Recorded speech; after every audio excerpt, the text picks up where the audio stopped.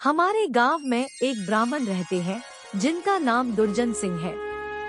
दुर्जन सिंह को लोग दुर्जन जी कहकर बुलाते हैं। उनके घर से कुछ दूरी पर एक खेत था। उस खेत में एक बहुत बड़ा बरगद का पेड़ था।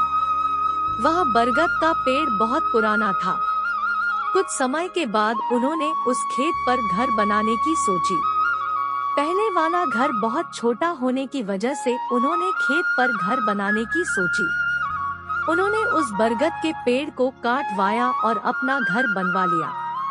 कुछ दिन तो ठीक ठाक चला, पर कुछ दिन बाद दुर्जन जी बड़े परेशान रहने लगे। वह कभी पूजा करते और कभी नहीं। तो उनकी बीवी ने उनके बदले स्वभाव को देखकर पूछा कि तुम आजकल पूजा नहीं करते हो और बदले स्वभाव में रहते हो, कभी कभी बच्चे को डांटते रहते हो, तुम्हें हुआ क्या है? दुर्जन जी के चेहरे पर मुस्कान आई और वह कहने लगे, मेरे घर को तोड़कर अपना घर तो बना लिया है और इससे क्या पूजा करने के लिए कह रही हो? मैं ही तो भगवान हूँ। वो कभी दांत मिसते, कभी बड़े प्यार से बोलते, कभी आंखें लाल तो कभी सही हो जाते। उनकी बीवी के शक हो गए कि जरूर किसी का साया है और वो बातें ऐसे नहीं करते हैं जैसे कि उनके अंदर से दो लोग बोल रहे हों।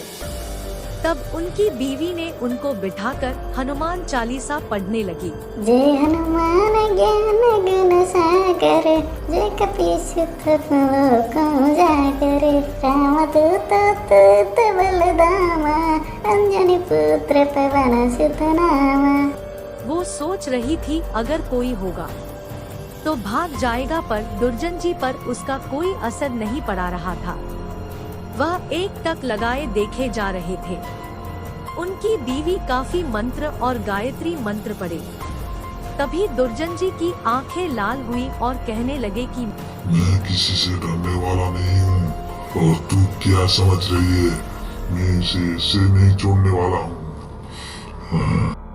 तब तक उसका छोटा बच्चा वहां आ गया।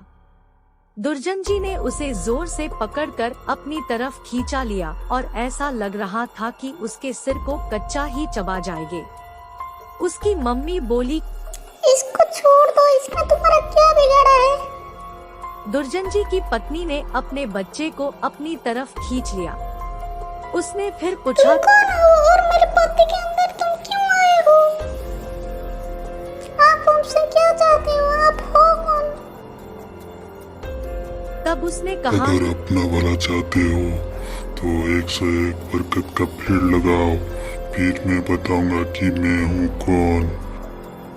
तब दुर्जन जी की बीवी ने 101 पेड़ बरगद के लगाए।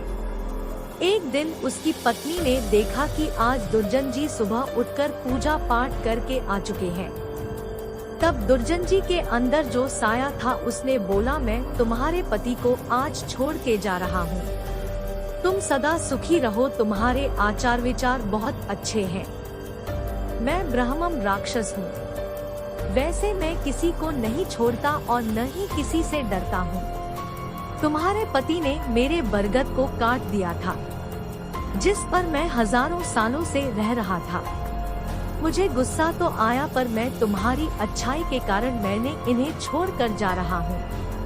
तुम्हारे पति को छोड़कर तब दुर्जन जी अचानक सही हो गए।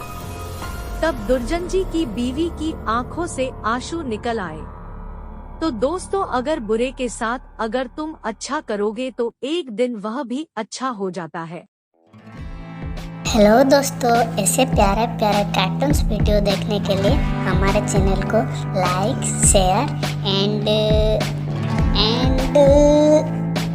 सब्सक्राइब कीजिए।